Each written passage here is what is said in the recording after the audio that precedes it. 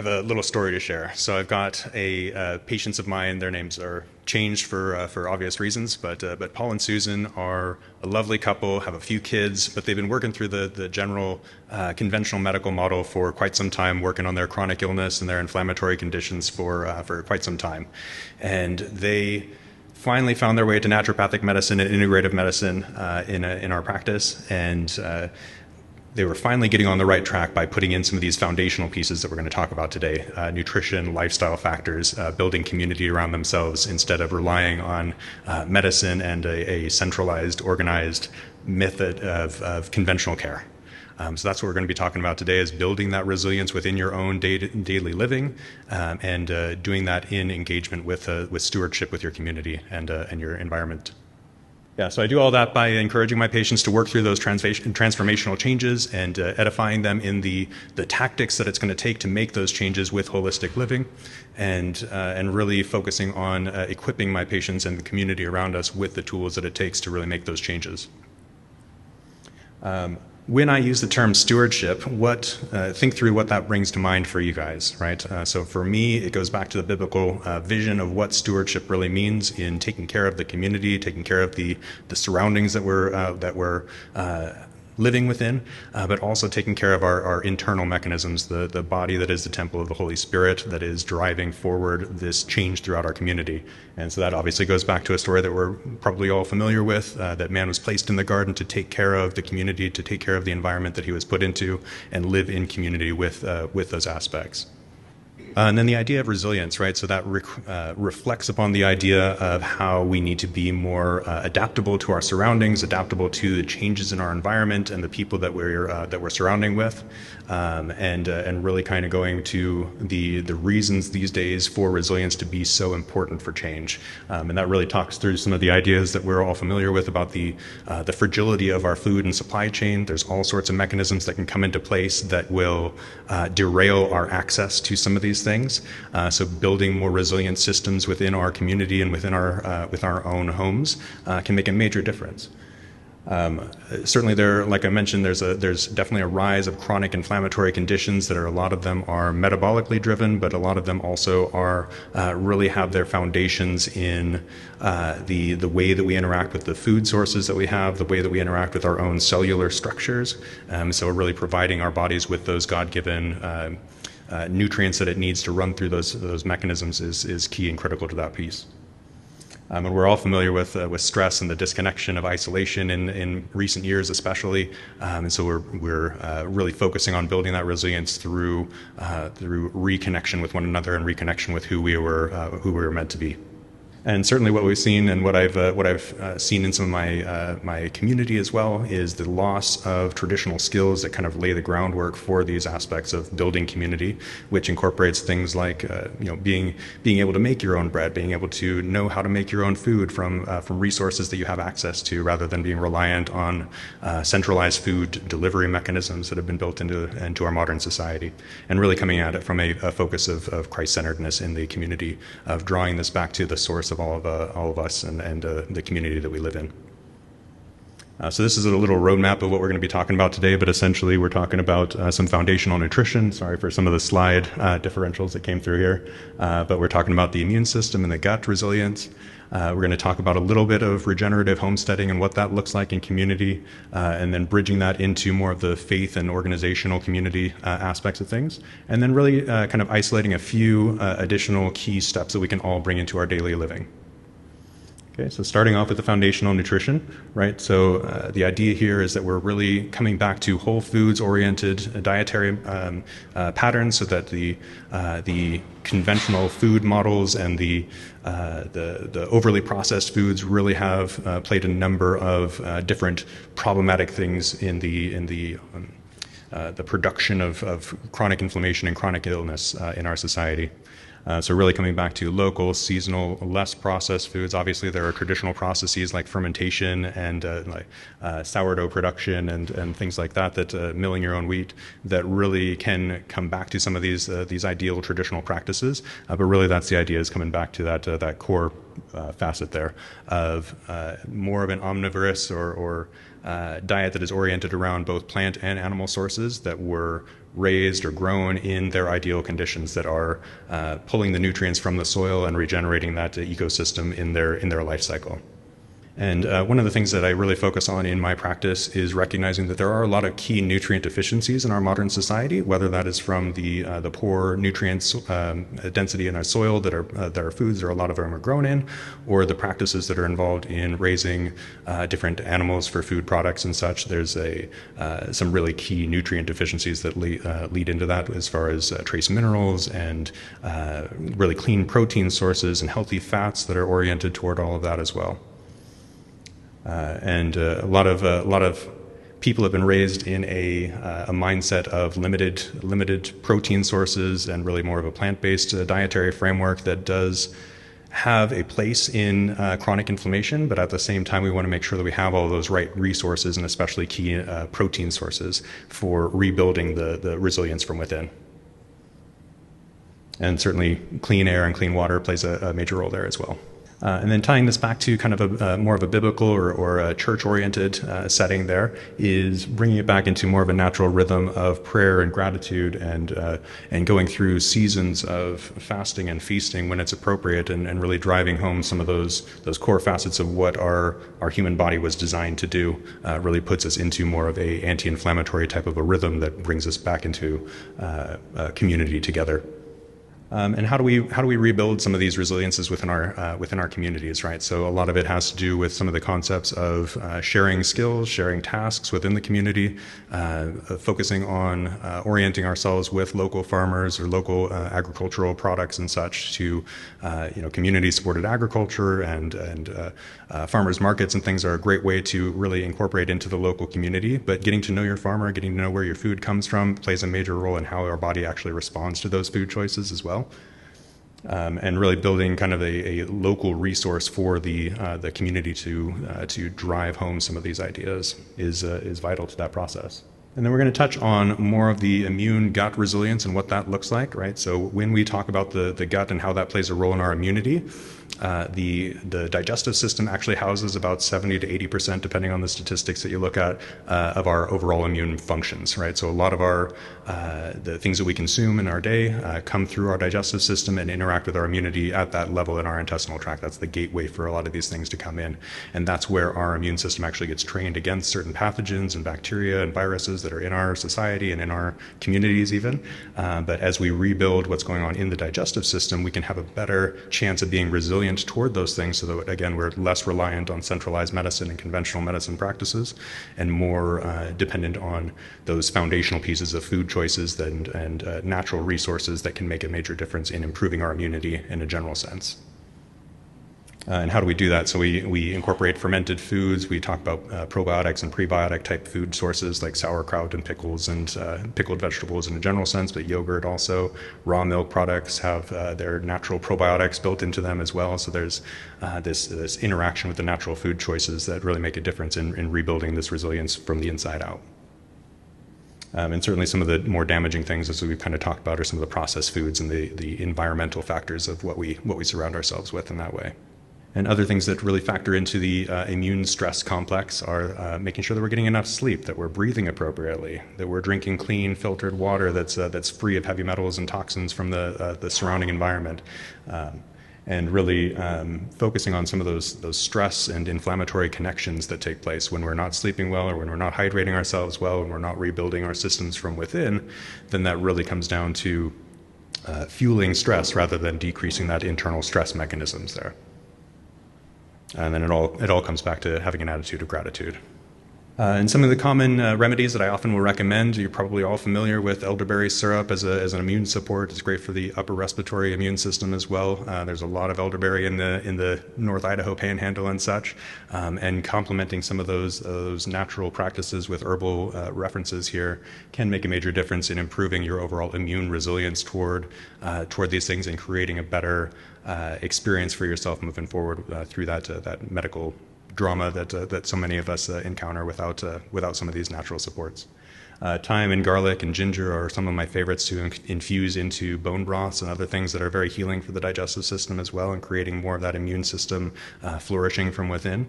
And echinacea is another herbal resource that's a great option for those that might be sensitive to sugars or other things that you might build into an elderberry syrup.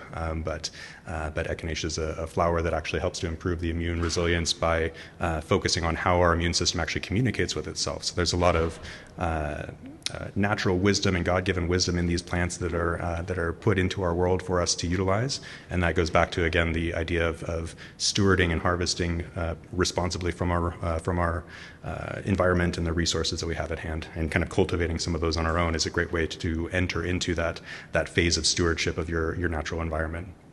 And this is just more of a simple rhythm and routine that you might be able to build into your daily processes and such. But again, going back to the ideas of gratitude and prayer and meditation and focusing on how can I influence the resilience of my community by investing in those people around us, and getting to know the behavioral styles and such can make a major difference in how we incorporate these things into our local community, but also our community at large. Doesn't fit for everybody's practices, but again, bone broth is a great healing factor for the digestive system. Lemon water in the morning can actually make a difference in how you digest your food and incorporate that food consumption throughout the day, kind of priming the pump, so to speak. And then we're talking a little bit more about the regenerative homesteading aspect. So I've been becoming over the years a little bit more ingrained into the modern homesteading movement that's been incorporated in the Coeur d'Alene area. So it's been great to be a part of that community that's building some of these ideas into more modern society. And what homesteading looks like is different from person to person. It doesn't require 5, 10 plus acres of land to incorporate some of these practices into your own daily rhythm. But starting small and building from the ground up, literally, can make a major difference in how we, again, interact with the food choices that we support ourselves with, and the interactions that we have with that society around us. So we talk about in regenerative homesteading the soil regeneration, composting, mulching, rebuilding a natural cycle to those food systems that incorporate more traditional practices that really repair and rebuild the environment rather than further degrade the nutrient density from the soils that things are being grown in. And then certainly another thing that you can do on a very small plot of space, or even in an apartment these days, is actually collecting rainwater, and filtering that naturally can make a major difference in your hydration throughout the day as well. And then, like I said, doesn't take a lot of space to enter into this capacity, right? So whether it's window boxes or a small potted plant, growing some of your natural healing herbs in a small space can make a major difference. And I've seen firsthand how raising children in this space of knowledge and awareness about how to cultivate an individual plant sometimes can even make a major difference in how that child is thinking through the process of being a good steward of the environment, taking care of the environment around us, and incorporating that into how he then interacts with his classmates and his other children in his activity groups and such. And so that can be an easy entry point as well, as just starting small, growing things where you can, where you are. Other things that can be incorporated into that homesteading type experience, if you have a larger space, are things like chickens and sourcing good, clean protein sources from the animals that you might be able to raise on your land. Bees are a great way to incorporate both collection of honey for your nutritional status, but also for pollinating the environment around us. It's going to be further taking care of the aspects of plant propagation and things like that throughout our society. And certainly getting back to some of the off-grid type of concepts and such, like being less reliant on modern conveniences of energy-dependent dryers and things like that, having clotheslines to dry your clothes on instead of using the dryer can make a major difference there as well. Preserving your own food, canning, jarring, making sure that you have access to these foods off-season. So again, local and seasonal aspects of the food supply chain can make a major difference there as well. And then creating nutrient loops, so using gray water solutions in your home to then water your plants that you're utilizing, or using them for different purposes, can create that loop of nutrients that are going from one resource to another. And then further, like we talked about earlier, kind of sharing some of these skills, right? So not everybody has the same skills and talents and behavioral patterns, and so utilizing what some members of our society and members of our community have access to, creating swaps of foods or a barter system can make a major difference in our culture as well.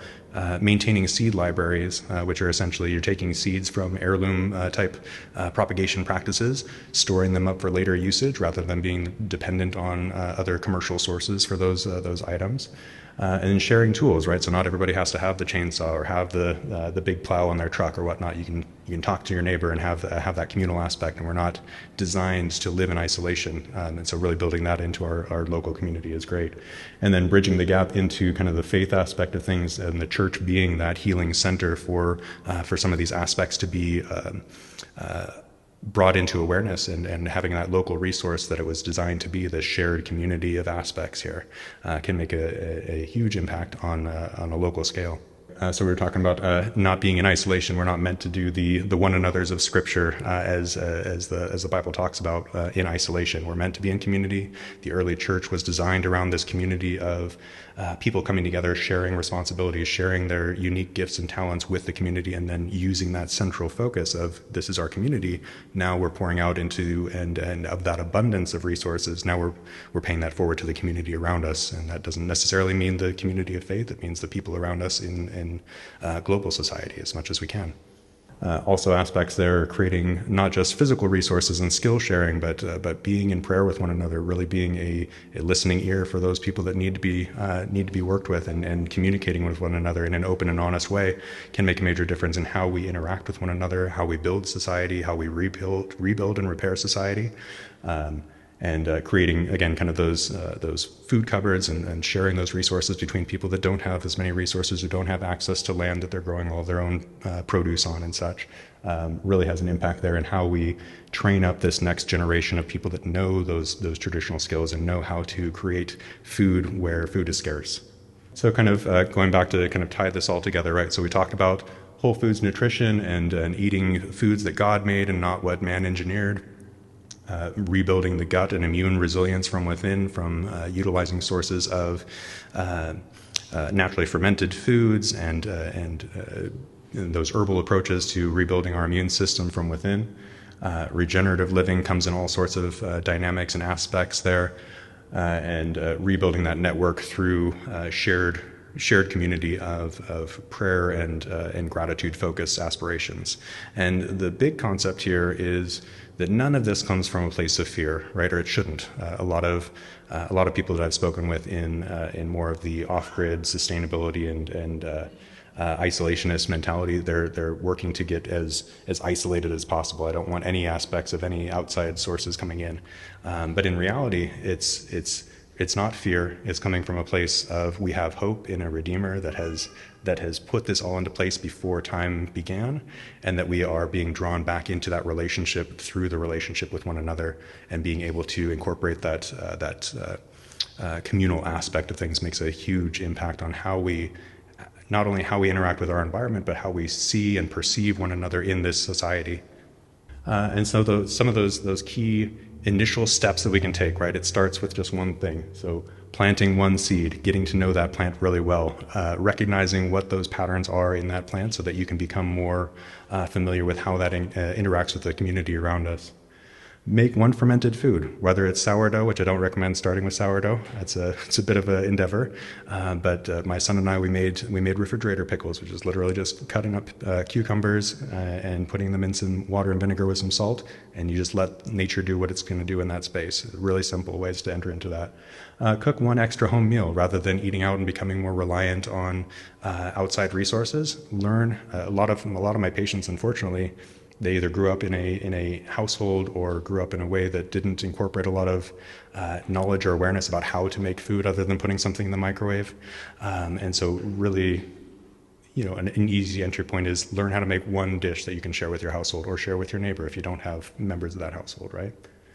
And then the discussion, opening up the discussion around some of these shared opportunities within society really can impact a wide array of people, just by opening up that conversation around, okay, what can we do as a community to rebuild these resilience factors in our surrounding local region?